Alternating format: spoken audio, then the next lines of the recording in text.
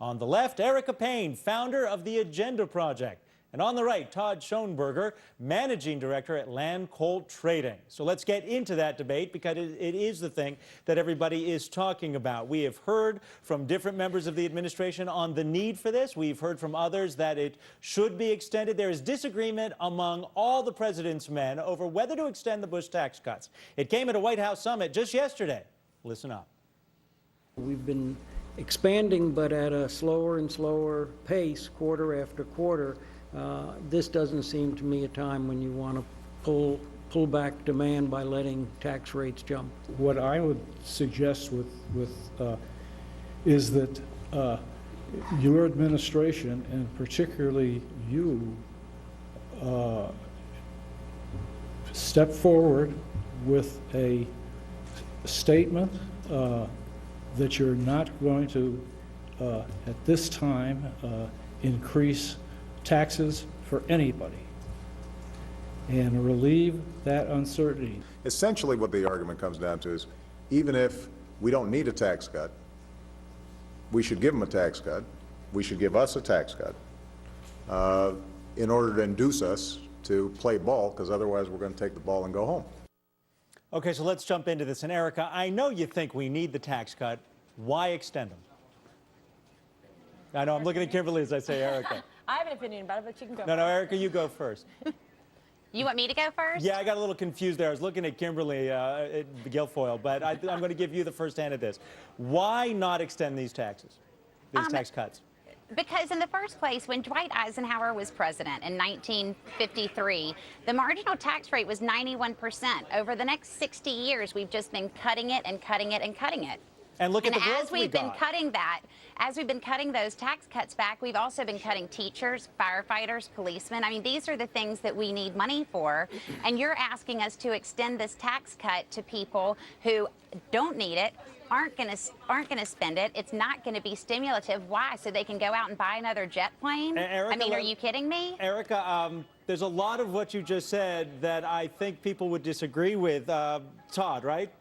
Have I got? Yeah, you're absolutely. You know, we hired more teachers, we hired more firefighters and police officers, and we had growth. Isn't that the argument against what Erica just said?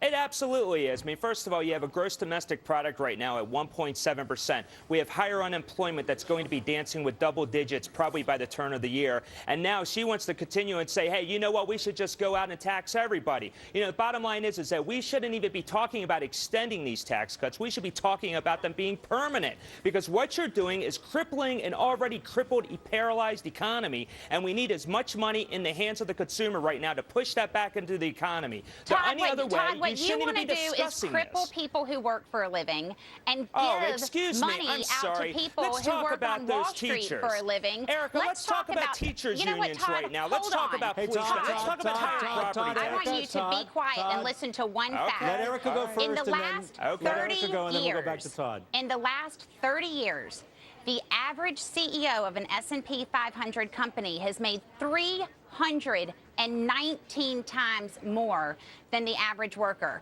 The figure historically, 42 times. So you're saying to me that somebody whose wage has gone from 42 times the lowest worker on their payroll to 319 times, that's the guy you're worrying about. And you and I both know that economists all over the country do not believe that tax cuts to people making over $250,000 a year are stimulative. So all you want to do is rob the poor and give to the rich. You're like Robin Hood's evil twin brother, Todd. Erica, let Todd respond. So incorrect. And as a matter of fact, those CEOs for those Fortune 500 companies are probably underpaid. They should be getting paid more. Yes, okay. They're working 24/7. We're not talking about the guys stocking shelves over at the Walmart. 500 companies are underpaid. Erica, the average one made $10 million last year. I'm not stealing from the poor. I'm trying to help the poor. And the only way I'm going to help the poor is by actually giving the money back to somebody who has a business, who's going to hire more people, who's going to spend that money. That's the only way you're going to help the lower class. Todd, you guys hold your own fantasy. I'm going to have your mics killed if you both don't just calm down a bit. Thank you. So now I'm going to ask Kimberly Guilfoyle a question, and I'll get her name correctly this time. Both of you pay attention because you're probably going to want to respond to this. Kimberly. Yes. Erica's making an argument about CEO pay. But I want to talk about an issue that gets raised a lot. If we raise taxes on the middle class, and we're talking about people at $250,000, couples at $250,000, and yes, I'm calling those people middle class.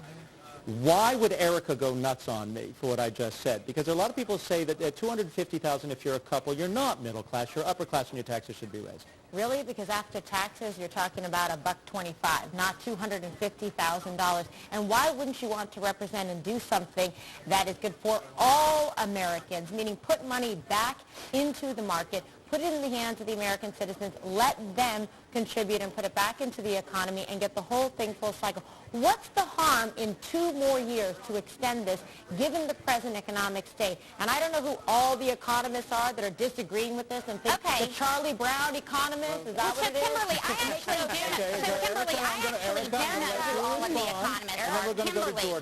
Kimberly, I actually do know who all of the economists are, and one of the economists that you had on your TV show who was just talking to the president is Marty Feldstein. Marty Feldstein was on the board of AIG, which is at the center of the financial crisis. He also wants to privatize Social Security, so I'm not sure I'm going to be going to him for economic advice about how much more money he can give to the top 1% of this country. Right and now, let's be clear. Erica, hold on. Christy Romer is the most important economist out there. She wrote a paper that actually said that economic stimulus equates to $0 for the economy.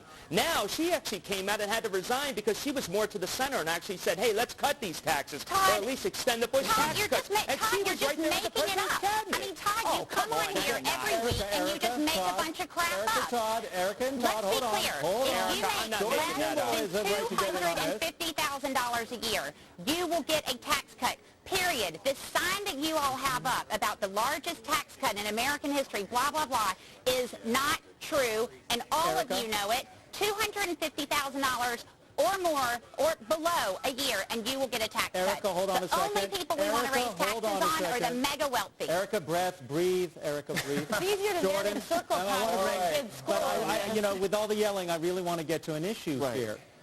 Peter Orszag actually said we should extend the tax cuts across the board. And then in 2 years, we can talk again about whether we should raise them on the top 2%. Right. Well, let's talk about really what the center of the issue is. The issue is, do we need the biggest government spending all the money, making all the decisions, or do we want to put it in the individual's hands? Not the issue, is there some Americans who don't need a tax cut? It turns out the wealthiest are actually the most giving to the nonprofits, to the charities. We're seeing this play out enormously right now. Sure. So I think what we really have to do here right now is talk about the real issues, the political will to cut back a little bit of pork and cut a little bit of the government spending, because you can't spend recklessly. So I think that's where the political will needs to be, and the fact is we all know there's not a tax increase that actually multiplies out towards a healthier economy, no matter what. Eric, I'm going to go to you on this. Isn't this really just politics beating up on the wealthy? Because the figures we get are 10-year projections, and what we're talking about is a temporary extension, and we'll revisit this issue down the road. We're not talking about the $700 billion 10 years from now. Okay, so first of all, a tax cut to the mega wealthy is going to cost $700 billion that we don't have. And you want to cut some of the fat out? Okay, that's great. Let's cut teachers so that our kids aren't educated anymore. Let's cut police force so everybody's not safe anymore. Let's cut firefighters so when you call 911, nobody answers. That's actually the world as you all see it. Let's go on and do that and see whether or not we fall even farther behind China, which just spent $600 billion investing in their infrastructure. You all would rather spend $700 billion giving a whole bunch of mega wealthy people a tax cut. Okay, It's irresponsible. Let me just share something. Right out of graduate school, my first job was the budget of New York City. And the easiest, lamest thing is to say, okay, you don't like it? Let's cut the teachers. Let's cut the police. Yeah.